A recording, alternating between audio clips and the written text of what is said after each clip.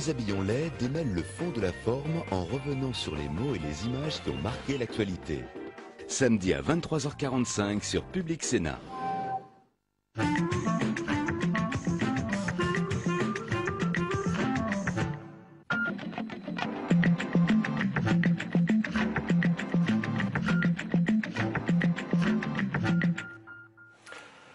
Toute l'actualité politique et parlementaire, c'est le 19h de Public Sénat. Bonsoir à tous. Voici les titres de ce jeudi 9 décembre. La rentrée politique de Jean-Louis Borloo. Il sort du silence ce soir après son échec dans la course à Matignon. Invité de son dîner républicain et d'abord du 19h, Valérie Létard qui a quitté le gouvernement avec lui.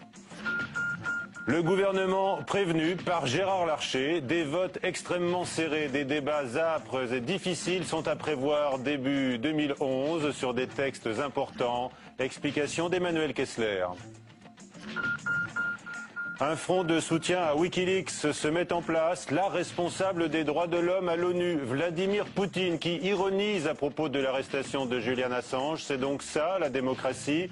Dossier dans ce journal sur l'offensive menée par les pirates du net.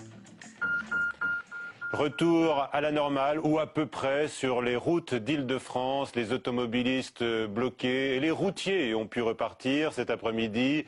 La France ne fait pas exception face aux chutes de neige. L'Allemagne a connu une pagaille similaire aujourd'hui, mais un ministre se souviendra d'avoir parlé trop vite. Brice Hortefeux, qui justement niait toute pagaille hier soir. Flora Sauvage. À ce stade, il n'y a pas de pagaille, puisque le préfet de police est venu en quelques minutes. Brice Hortefeux a-t-il péché par excès de confiance ou par méconnaissance du dossier? Toujours est-il que le ministre de l'Intérieur a essayé toute la matinée de rectifier le tir. Quand je me suis exprimé à 16h40, il n'y avait pas de pagaille, il y avait des complications. J'ai une pensée, et je partage le sentiment de ceux qui ont été bloqués. Interrogé, Nadine Morano défend son collègue du gouvernement. Je ne vous dis pas que la situation a été réglée de manière parfaite. Ça se saurait si la perfection existait. Je dis que les moyens ont été mis en œuvre. Après une journée et une nuit d'un psychodrame neigeux, la circulation reprend ce soir son allure normale. Si l'on a dénombré 1 millier d'automobilistes naufragés, ils étaient 60 000 à subir pareil désagrément en 2003. Et dans ce concert médiatique, politique, François Fillon ajoute sa note personnelle. Il déplore depuis Moscou la mauvaise anticipation de Météo France. Le Conseil d'État va rouvrir l'instruction visant Jean Pauluchon, menacé d'inéligibilité en raison d'une campagne d'information sur les transports. Peu de temps avant le dernier scrutin régional, un nouvel examen a été obtenu par les avocats du président socialiste d'Île-de-France qui se dit sous la menace d'un assassinat politique. Dévoilé dans un climat de scandale en raison d'une rétribution proche de 10 000 € mensuels, la mission de Christine Boutin sur la mondialisation touche à sa fin. Son rapport intermédiaire remis au chef de l'État contient 17 propositions que chacun jugera. On écoute Christine Boutin. Il faut que le monde change. Le monde se construit, sa construction est irréversible, et si nous continuons sur les bases actuelles, nous allons vers le conflit. Donc moi je ne veux pas de conflit. Et je propose que l'on change le monde. Il y a un événement nouveau qui est que la France est présidente du G20 et que la tradition sociale de la France est reconnue dans le monde entier. Et c'est pour ça que je pense que la responsabilité du président de la République est immense, qu'il est très attendu et que la France est très attendue.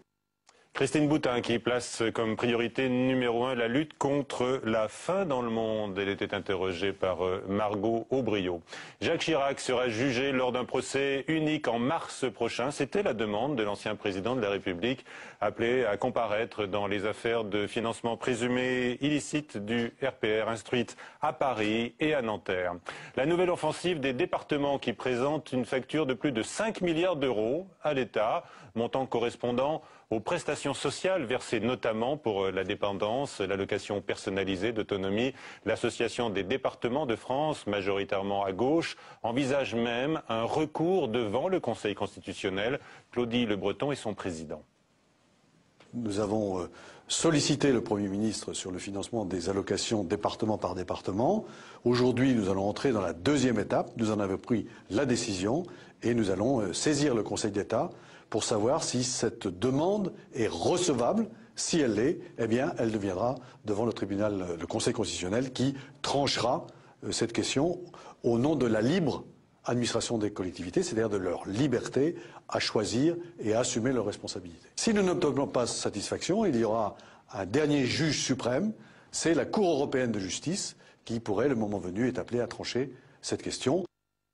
Le président de l'Association des départements de France, interrogé par Thomas Raguet, Bercy rétorque que l'État assume ses responsabilités, notamment à travers un nouveau fonds d'aide exceptionnelle aux départements les plus en difficulté. Le Conseil constitutionnel valide l'essentiel de la réforme territoriale, très critiquée par les élus locaux. Seul point censuré, l'inégale répartition des futurs conseillers territoriaux dans les départements. La réforme territoriale, mais aussi le budget 2011, autant de textes qui ont donné lieu à des débats difficiles au Sénat pour le gouvernement, de véritables bras de fer même entre la majorité et le gouvernement. Bonsoir Emmanuel Kessler. Bonsoir. Eh bien, d'autres bras de fer sont annoncés.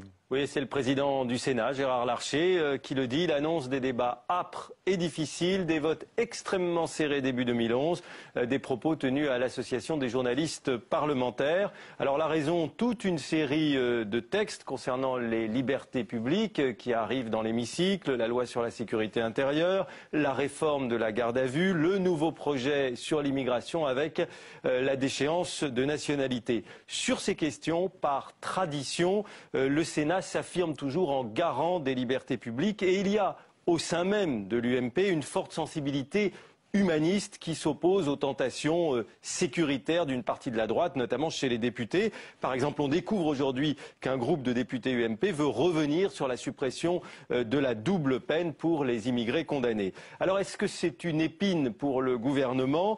Une rebuffade ou au moins une inflexion sénatoriale pourrait aussi l'arranger vis-à-vis d'un électorat de droite modéré qu'il ne faut pas heurter.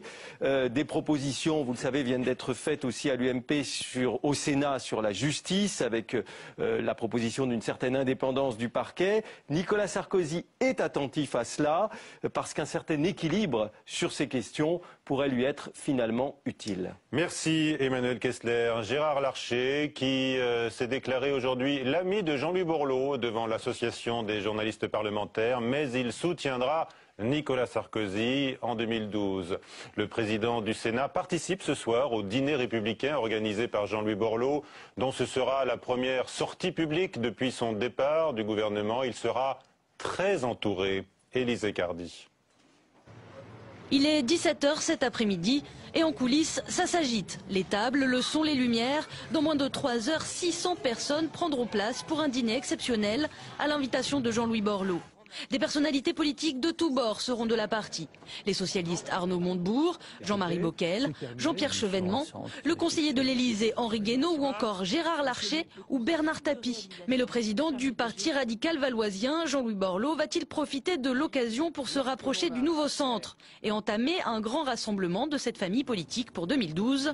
Les avis sont partagés. Je crois qu'il ne faut pas donner plus d'importance à ce dîner qu'il n'en a réellement. C'est un dîner républicain sur la laïcité et ça n'est rien de plus. Ça n'est pas au cours de ce dîner qu'on va arriver à ce qui est par ailleurs nécessaire, la reconstruction d'un centre fort et indépendant dans la vie politique française. Moi je ne connais pas vraiment les intentions de Jean-Louis Borloo. Il invite des amis, il fête la République dans un beau banquet et ensuite j'espère que nous prendrons des initiatives politiques qui nous permettront ensemble de créer les conditions de l'alternance en 2012.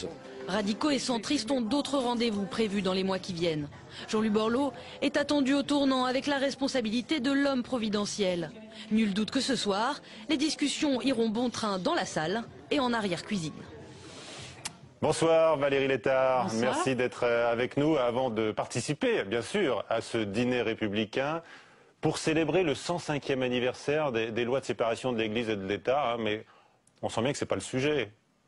Quand même, c'est l'anniversaire de cette fameuse loi sur la laïcité et je crois que plus que jamais, la question de la laïcité est un sujet d'actualité. Je crois que c'est l'occasion aussi de retrouver largement autour de ce dîner républicain et autour de Jean-Louis Borloo des gens de toute sensibilité, mais aussi la société civile, des représentants du monde associatif, de communautés religieuses, du monde de l'entreprise. Je crois que beaucoup de gens sont là aujourd'hui pour débattre de sujets sociétaux à un moment où l'on connaît quand même une crise on va dire, économique, social et moral, et où ces sujets sont plus que jamais au cœur de l'actualité. On sait, c'est son ambition proclamée. Jean-Louis Borloo veut fédérer les centres. Vous nous dites, il veut fédérer toute la société française.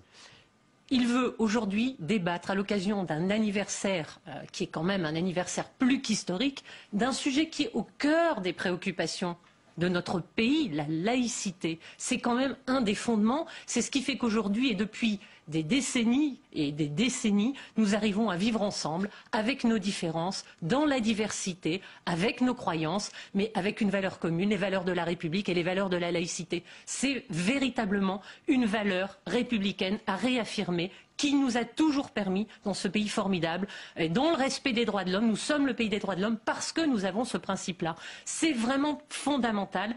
Ce ne sera pas le seul sujet, mais c'est vraiment essentiel aujourd'hui que de repartir sur les valeurs que nous voulons défendre aujourd'hui dans la vie de la société et donc dans la vie politique. Alors on verra quelles sont les personnalités de gauche présentes ce soir. Jean-Pierre Chevènement a dit qu'il serait là. Monsieur Baillet sera là. Arnaud Montebourg, lui, ne veut pas se faire instrumentaliser. Finalement, il fait savoir qu'il n'y sera pas. On a quand même l'impression que c'est d'abord un dîner de ses amis pour aider Jean-Louis Borloo à penser les plaies de son échec, non, dans la course à Matignon. D'abord, il n'y a aucune plaie à penser. Il suffit de rencontrer Jean-Louis Borloo pour comprendre que ce n'est pas un homme blessé, c'est un homme qui a envie de construire une grande famille et un deuxième pied, un pilier humaniste dans cette grande majorité qui a besoin peut-être d'un pôle d'équilibre aujourd'hui. Très bien. Comment est-ce qu'il peut donc faire de ce revers personnel un nouveau départ et avec qui? Oh bien écoutez... Et comment? Alors, comment, avec qui, pourquoi? D'abord, il s'exprimera lui-même. Mais je crois que aujourd'hui, son objectif, c'est vraiment de faire en sorte de rassembler toutes les familles qui se reconnaissent dans les valeurs humanistes, dans les valeurs sociales, dans les valeurs écologistes, que nombre de familles centristes et même plus largement tous ceux qui se reconnaissent encore une fois dans ces valeurs humanistes, pour essayer de travailler à un rassemblement, à une structuration de tous ceux qui aujourd'hui sont un peu éclatés pourraient se rassembler. L'une naturelle, ce serait une candidature unique de toute cette famille que vous décrivez là en 2012. En tout cas, je ne peux m'exprimer que pour mon propre compte. Et moi, j'ai toujours défendu un rassemblement, une structuration de ces familles. Et je suis favorable à une candidature à la présidentielle. Clairement. Eh bien, d'un candidat qui sera... D'abord, il y a un processus et un cheminement. Il faut d'abord une famille rassemblée. Je crois qu'il y a déjà... nous avons chacun nos propres instances politiques. Je crois que le cheminement, c'est d'abord chacun doit, face à un congrès politique... Déjà que votre chouchou, ce serait Jean-Louis Borloo. Je crois qu'on a beaucoup de gens de qualité. Entre Hervé Morin, Jean-Marie Bockel, bien d'autres aux côtés de Jean-Louis, je crois que d'abord, structurons les familles, des congrès devront se dérouler pour voir comment nos familles politiques respectives, la gauche moderne, le nouveau centre, le parti radical, poser la question devant leurs militants, est-ce que vous voulez d'une confédération? Au parti radical, est-ce que vous voulez sortir de l'UMP? C'est bien devant un congrès qu'on pose ces questions pour ensuite avoir, il me semble, la fondation à ce moment-là d'une grande famille et ensuite, sous forme de primaire, désigner le meilleur d'entre nous. Le meilleur d'entre vous, selon la formule, bien connue, mais c'est pas possible puisqu'on sait déjà que François Bayrou ira, lui, à la bataille et il déclare aujourd'hui qu'il entend être celui qui dira la vérité aux Français en 2012. Alors, qu'est-ce que vous en faites de lui? Mais écoutez, je crois que François Bayrou a choisi un chemin solitaire. Jean-Louis Borloo propose un chemin collectif à tous ceux qui proposent de se rassembler autour de valeurs humanistes, de valeurs que nous attendons, qu'une grande partie des Français attendent dans cette partie, encore une fois, de l'hémicycle, on va dire, des familles politiques qui sont effectivement situées entre un UMP qui s'est un peu recentré sur ses fondamentaux RPR et de l'autre côté des Verts dont on le voit qu'ils sont un petit peu en train de chercher leur route et pas tous d'accord entre eux. Un PS désorganisé, on voit qu'au centre, il y a nombre de Français qui attendent peut-être que quelqu'un incarne et porte des valeurs qui manquent aujourd'hui dans notre paysage. Vous la voyez donc logiquement en dehors de l'UMP? Personnellement, je pense qu'il faut une famille politique à côté de l'UMP, qui ne soit pas, encore une fois, dans le combat. On n'est pas dans l'opposition, on est partenaire, mais une famille, encore une fois, qui peut être ce pôle d'équilibre de la majorité et qui manque aujourd'hui dans notre échiquier pour apporter, encore une fois, des propositions différentes et complémentaires. Bon. C'est mon sentiment. Et votre sentiment, c'est que Jean-Louis Borloo est le mieux à même d'incarner cette famille et ces valeurs que vous défendez. En tout cas, Jean-Louis Borloo, mais comme Hervé Morin, il se voit régulièrement, comme Jean-Marie Bockel, ce n'est pas à moi de le dire. Encore une fois, il y aura des moments pour décider de qui sera le meilleur. Jean-Louis Borloo a soutenu plusieurs initiatives pour justement rassembler tout le monde autour de la table. En tout cas, c'est sûr qu'il veut accompagner ce mouvement de fédération. Alors Valérie Létard, vous étiez secrétaire d'État auprès de Jean-Louis Borloo dans le précédent gouvernement Fillon. Les effets du Grenelle sont aujourd'hui remis en question par une étude du Trésor. On va voir ça tout de suite avec Marie Brémaud. Vous réagissez ensuite. D'accord. Des mesures écologiques qui plombent l'emploi et la croissance. C'est le scénario prévu à partir de 2020, conséquence de l'application du Grenelle de l'environnement. Ce sont les conclusions d'un rapport mené par 6 économistes du Trésor sur l'impact économique du Grenelle. En effet, si d'ici à 2020, les investissements réalisés pour réduire les émissions de gaz à effet de serre, en termes de transport, de bâtiments ou d'énergie renouvelable, devraient générer de l'emploi et des rentrées d'argent, passé cette décennie, les prévisions sont bien plus pessimistes. Ainsi, les investissements auront un impact négatif sur la croissance et l'emploi, avec, à l'horizon 2023, la dégradation du PIB et la destruction de 50 000 emplois. Alors c'est un peu la douche froide. Je ne sais pas quels sont les critères sur lesquels se sont basés, en tout cas, ces inspecteurs du Trésor. Ouais. Moi, tout à l'heure, j'ai entendu un reportage de notre Premier ministre chez M. Poutine. Qu'est-ce qu'il est allé vendre? 2 qualités, 2 sujets sur lesquels, eh bien, nous retrouvons 2 bébés du Grenelle.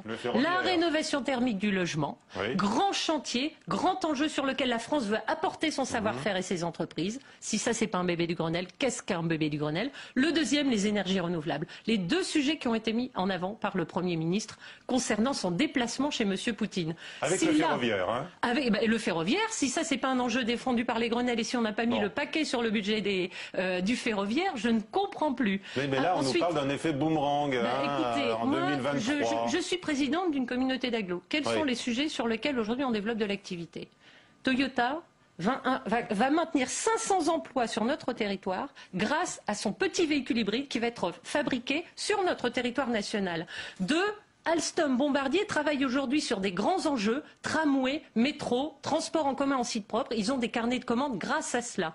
3, les chantiers en rue avec la rénovation thermique des logements. L'économie verte, vous y croyez. Voilà. Donc, et les emplois qui se créent, c'est dans la rénovation thermique des logements. Aujourd'hui, c'est 50% des emplois créés. Vous retrouvez votre place au Sénat lundi? Eh bien écoutez, et avec plaisir. Et vous avez entendu François Fillon, vous venez de le citer, il a évoqué des ajustements possibles dans le gouvernement, dans les mois qui viennent, peut-être pour faire revenir un peu plus de centristes. Vous dites et moi? Oh, pas du tout. Je pense que j'ai passé 3 ans et demi passionnants sur 2 sujets qui ont été vraiment formidables pour moi, une vraie expérience. La solidarité, le handicap, la dépendance, le développement durable. C'est un CDD et je pense que voilà, c'est clair. J'y ai pris beaucoup de plaisir dans un gouvernement auquel j'ai aimé participer. Maintenant, une page se tourne. C'est une autre aventure, l'aventure du centre, l'aventure du Sénat, où il y a beaucoup de choses à faire pour participer au débat parlementaire. C'est un vrai plaisir. Peut-être que vous retrouverez Jean-Louis Borloo demain, on ne sait pas où encore. Hein. Merci à vous. Le dossier Wikileaks du vol et du recel de vol selon François Fillon qui dénonce donc des délits condamnables. Le site qui prône et pratique la transparence voit aujourd'hui les pirates du net voler à son secours. La première guerre informatique est donc lancée. Aurélien Romano. Nom de l'opération Payback, vengeance en anglais. Les hackers regroupés sous cette bannière se sont attaqués aux sites qui ont privé Wikileaks de ses services financiers. PayPal, Visa ou encore Mastercard en ont fait les frais.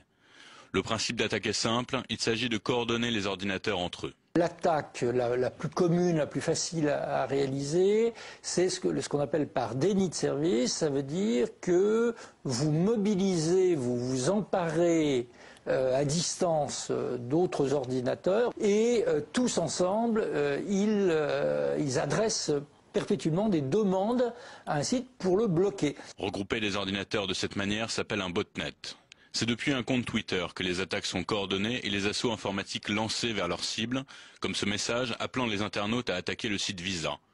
En suivant les consignes, l'internaute est envoyé vers des sites qui donnent les outils et les armes de l'attaque.